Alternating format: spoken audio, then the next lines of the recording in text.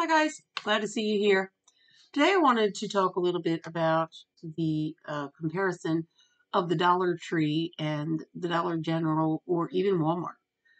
I have been doing some Christmas crafts, and some of them require that I'm making cozy bags is what I call them, and in them there's a fuzzy pair of socks and a bag of popcorn, just a single bag, and chocolate bars and a couple other things. Something inexpensive, but I put it together, make it look really pretty, and it sells. So I buy my popcorn. I was buying it at the Dollar Tree, and I had my little phone calculator out, and I did the math. It ended up being, I think, 41 cents a bag. So there's 3 bags in a box, and a box is $1.25. Well, the next time I went to Walmart, I decided to check and see what their prices were. They had boxes of popcorn, same size, individual sized bags of popcorn in a box for there were 12 in a box for $3.98. Ended up being 33 cents. So 8 cents cheaper or whatever. 40 it was 41 point something. So it was always 42 cents. And the other was like 33. So it was 9 cents difference about that. Which doesn't really, I mean, you think about it, what's 9 cents, but 9 cents can add up. I guess my point here is just because it's the Dollar Tree does not make it inexpensive. I have found that I can get a lot of different things at the Dollar General or even at Walmart for a better price than I do at the Dollar Tree. I know everybody goes crazy over the Dollar Tree, but it's not really economical in a sense. I'm making gift bags for my craft fair. On craft fairs, I'm doing these gift bags, and there at the Dollar Tree, you can get these bags for this size bag. This is like an 8 by 10, and it's three for $1.25, which is, and I can get them. So of course that makes them about 42 cents each bag, which isn't necessarily bad.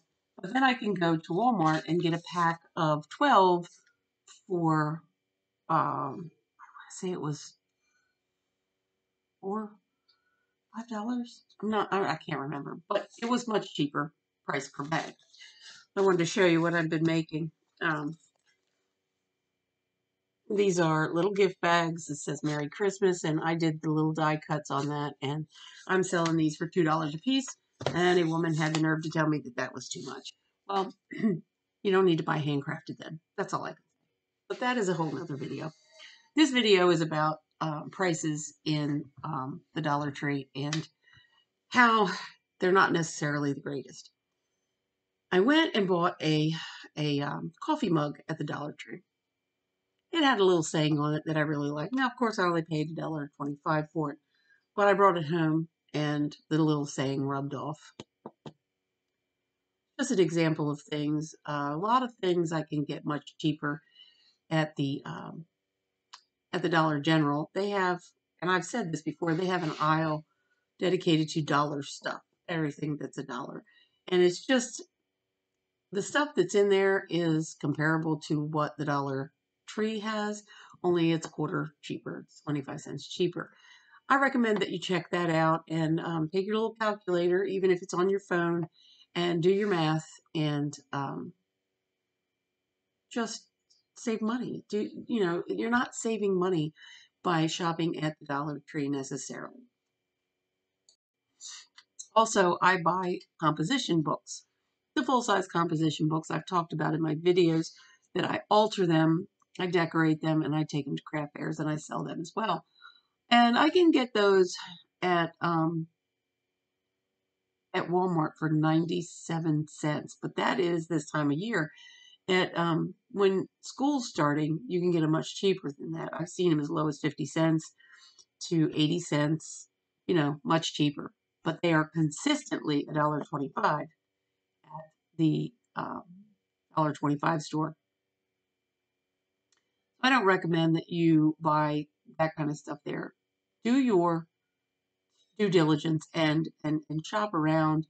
You can you don't have to run around to 15 different stores. You can even look online if you need to and compare and see what you need and what it's going to cost you.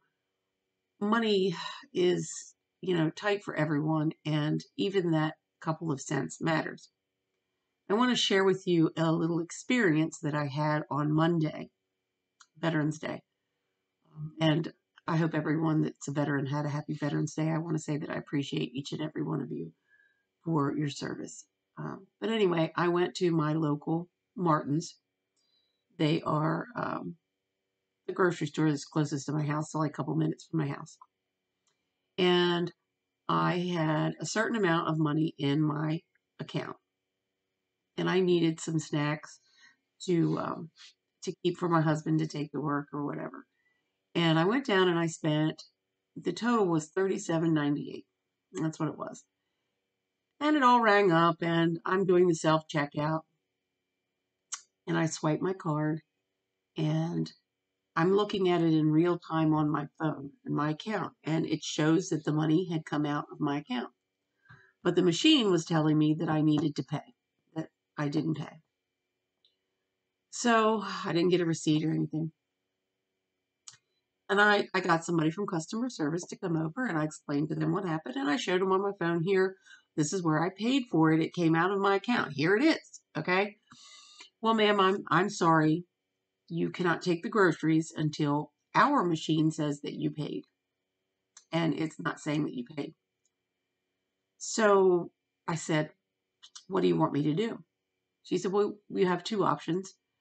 She said, you can swipe your card again and pay again. I said, you mean pay twice? She said, yes, ma'am, but you will get your money back. I'm like, okay. Or you can leave your groceries and come back later when you get your money back and purchase the groceries. I said, ma'am, in my opinion, in all due respect, this is theft. I've paid for the groceries. You're telling me I can't have them because of some glitch. So this is theft in my book. Now, I do understand that just because she looked at my account and it came out and even said Martin and it said how much, I kind of understand. So I asked her, does this happen a lot? She said it happens more than we want it to. It's just something that happens. And my thoughts on the subject are, well, if it's something that happens frequently, shouldn't you look into it and get it, instead of accepting this as the norm and saying, well, it's just something that happens.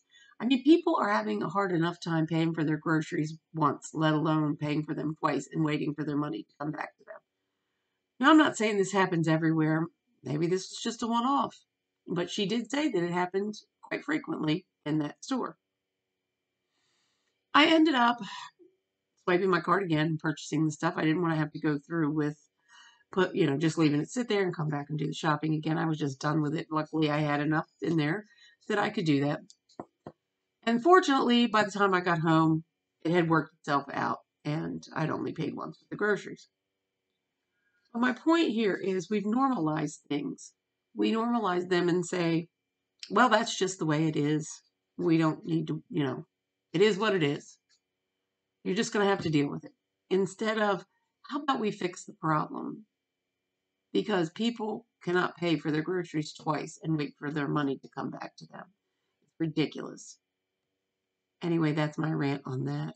I've had quite an interesting weekend, and then Monday was interesting.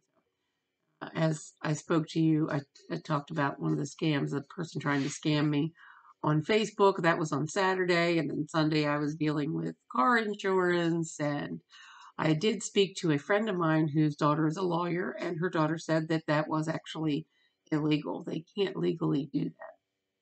I'm not going to pursue it at this point, but because they were very quick to fix it. But it's really not the point. The point is, just because you live next door to somebody doesn't give your insurance company the right to put you on their policy or them on your policy. But I digress. So anyway, and then Monday, of course, I had to deal with that. And today was a little stressful too, but I don't feel like talking about that. Anyhow, I hope you guys are well, and I hope that I brought some light to some things so that you'll be aware and more vigilant about what might be going on around you. We have to always be on our guard and watching our money and our personal safety and all the things. You guys know that. I don't have to tell you. So I hope you're well, and I will see you in the next video. Have a great night.